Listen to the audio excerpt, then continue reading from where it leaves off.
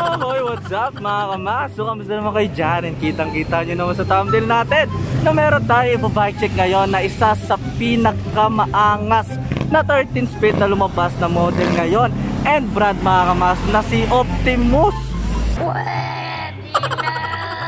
Yan, ito si Primus. Si Primus X mga kamas. So nagtatransform to mga kamas para tong si Optimus Prime. Okay.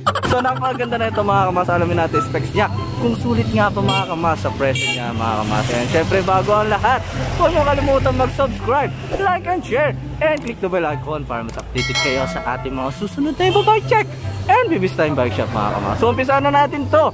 Let's go! So ito na si Primus X, ang transformer na MTB mga kamas na si Optimus Prime mga kamas. So ayan, ito yung color combination niya mga kamas. Makikita nyo naman na matte finish siya na may red and matte finish siya mga kamas na gray. So yung frame niya, yung size mga kamas is medium size na meron na nakaabang na lagay ng battle cage. Ito yung brand niya mga kamas na Primus X. Alright, so yung model niya is P1LX mga kamas. Yun. So pagdating sa welding, ito mga kamas is napaka smooth welding. Sa 2021, ngayong 2021 or at 2022 and other year na darating is labanan na ng smooth welding sa mga bike mga kamas. Yan. So ito napaka smooth welding dito sa head tube, sa seat tube. Pero pagdating naman dito is hindi na siya ganun kay smooth welding. Makikita na yung bakas ng welding pati dito mga kamas. Yan. Pero sobrang linis niya mga kamas, promise. And dito may mababasa kayong hand painted, wow, hand painted pa pala ito mga kamas, and RITN system, this type damping device, and advanced aluminum 6061 mga kamas. So yung spacer mga kamas na ayan o, alloy na. Pagdating naman dito sa may stem, naka negative stem to mga kamas na made by Primus X na alloy na. Alright, sa handlebar, pagdating sa handlebar mga kamas, meron siyang konting pa back sweep na made by Primus X na rin, na may white dito, and ito mga kamas is alloy na. Alright, and ang kagandahan dito mga kamas, ito is naka remote fork lockout. Ayan, pang malakasan yan mga kamas. Alam nyo na yan, na-explain ko na ang ginagawa ng isang remote fork lockout para hindi na kayo pindot ng pindot dito. So ito na lang ang pipindutin nyo. Ayan, and ito. Alright, ayan, kita nyo naman. Handle grip, pagdating sa handle grip, ito is ayan, ito yung handle grip natin dati na okay naman mga kamas, kasi umiikot-ikot siya. Hindi siya naman ganun kasakit sa kamay, pero syempre habang tumatagal sasakit pa rin yung kamay nyo kahit may gloves kayo. Ganun naman talaga, lalo na pag nag-long ride. Eh nakagandahan dito mga kamas, ito is nakasimaers na hydraulic brake, which is ito yung gamit natin kay rider sa hybrid natin na MTB. Naka dual piston na to mga kamas, and sobrang responsive neto hydraulic brake na to.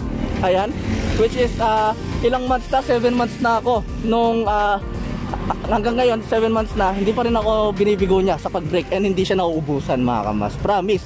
Eh nakagandaan dito mga kamas, ito nga is naka 1/12 speed na L2. Yan, L2AX mga kamas. Ayan, pang malakas ang L2AX yan.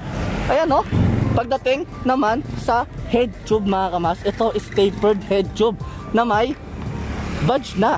Ayan o, may badge na ni Primus X mga kamas. So pag may badge ka nito mga kamas, isa ka ng pulis pang Kalawakan na si Optimus Prime. So mga dudura lang, di ba?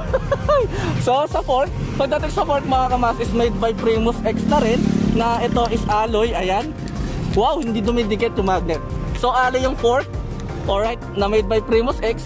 Yung bounce nung kanina binounce natin, medyo hindi ko na napakita sa inyo, na hanggang dito yung bounce niya mga kamas, which is gumagana siya.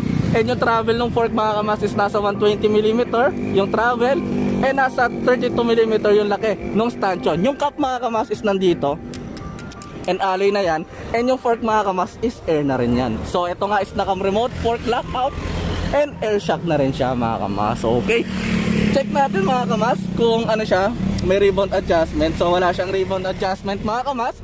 And dito naman tayo sa gulong. Pagdating sa gulong mga kamas, ito is napakaganda. Naka-Kenda tires siya mga kamas. So ito is sexy, mala artistahin, parang si Kenda. Jenner.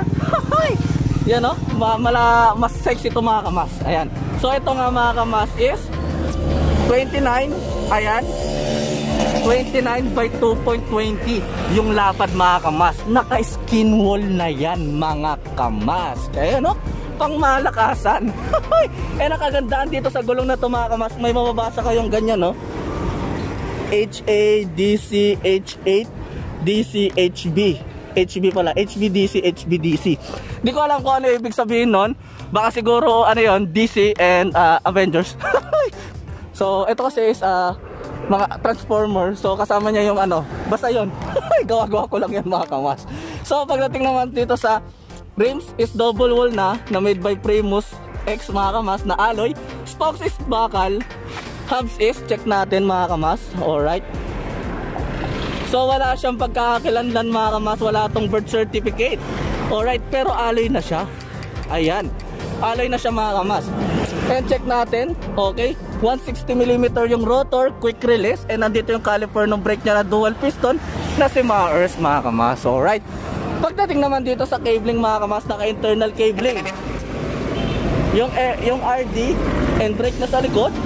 Ang tanging naka external cabling mga kamas is yung brake na sa harap and itong remote fork niya mga kamas. Alright. Okay, pagdating naman dito sa drivetrain niya, kung tatanungin nyo ako mga kamas kung pwede ba ito ma-adjust ng 2x, 3x or pwede ito lagyan mga kamas ng FD. Alright, is goods na goods mga kamas. Meron siyang labasan ng kable dito and may pasukan siya dito mga kamas.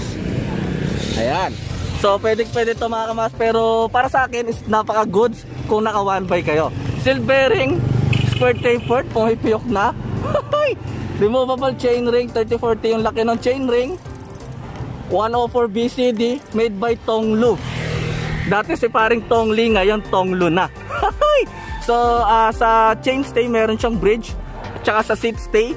Pero sa seat stay is wala siyang butas para paglagyan niya ng bike carrier mga kamas. So sa crank arm is made by Primus X na rin na alloy. Okay, so lahat alloy mga kamas. So mamaya malalaman natin yung timbang. Dito sa may chainstay, dito dumaan yung kable niya papunta dito sa RD niya na L2AX mga kamas. Ayan, napakaangas. And mababasa nyo dito yung model niya na P1 LX mga kamas. And yung pulley nung ano niya L2AX mga kamas is ayun o, malaki. So napakalambot nito i-shift mga kamas. So pagdating naman dito sa may RD hanger is removable RD hanger. So bilangin natin kung 13 speed siya, baka kulang mga kamas. 1, 2, 3, 4, 5, 6, 7, 8, 9, 10, 11, 12, 13. So swaping-swap ito sa ahon mga kamas. Kahit anong klaseng ahon, kayang-kaya to. Kahit ahon, papuntang Kalawakan. So, ayan, tunog.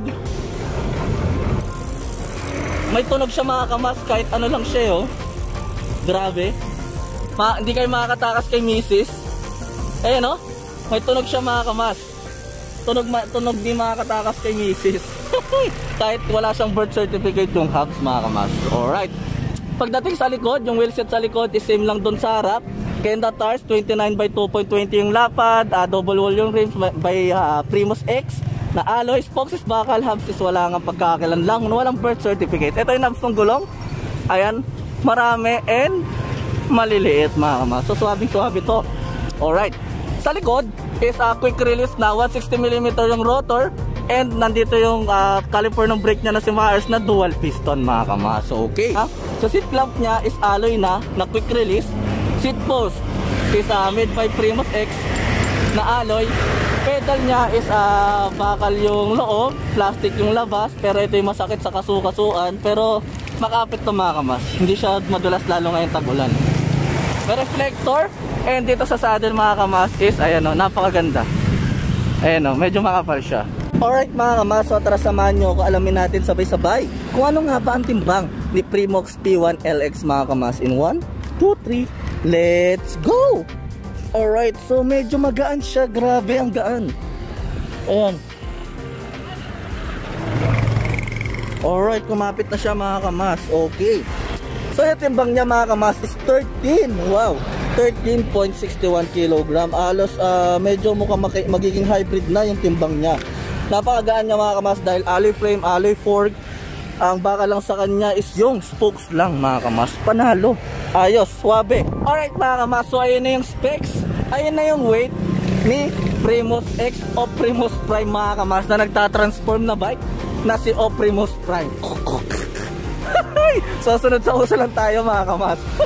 So available nga pala ulit ito kay Helmet Boy DPC mga kamas, and follow nyo rin yung page ni Helmet Boy and ni Primus X mga kamas sa Facebook page nila. So magkakaroon to ng mga surprise, mga kung ano-anong surprise ngayong Pasko mga kamas. So follow nyo sila para sa mga darating nilang mga surprises mga kamas. So magkano nga ba si Primus X na naka 13 speed mga kamas? So yung presyo mga kamas, ang SRP is 24,000 pesos, nasa mid pa. And yung home credit niya mga kamas is 25,200 pesos mga kamas. Syempre pag home credit mga kamas, alam niyo naman na yan, tataas yan syempre. Pero ang SRP is 24,000. So comment down kung para sa inyo is sulit na tong 24,000 na to kay Primus X na 1/13 speed, hydraulic, naka-remote fork, air shock, halos purong alloy mga kamas na 13 kg something mga kamas. So para sa akin is goods na to sa presyo niya mga kamas, and makakataod pa naman kayo kahit wala kayong kasalanan, and meron tong freebies panigurado basta si Helmet Boy. Alright mga kamas, so yung kaganapan natin sa pag-bike check dito kay Primus X, ang bike na nagtatransform to robot mga kamas, si Optimus Prime. So ay mga kamas, ayun yung presyo, ayun yung weight, ayun yung specs mga kamas. Available nga ulit ito kay Helmet Boy DPC. Like nyo yung page ni Helmet Boy DPC mga kamas, and ni Primus X mga kamas. Yan, kasi magkakaroon to ngayong December ng mga surprises mga kamas. Yan o. So syempre nasa description below yung contact number, location, and Facebook page nila ng Helmet Boy and ni Primus mga kamas. And syempre kung nagustuhan nyo ito mga kamas, huwag nyo kalimutan mag-subscribe, like and share, and click the bell icon para mas updated kayo sa ating mga susunod na bike check and BB's Time Bike Shop mga kamas. So God bless everyone, always wear your helmet and obey traffic rules, and long peace.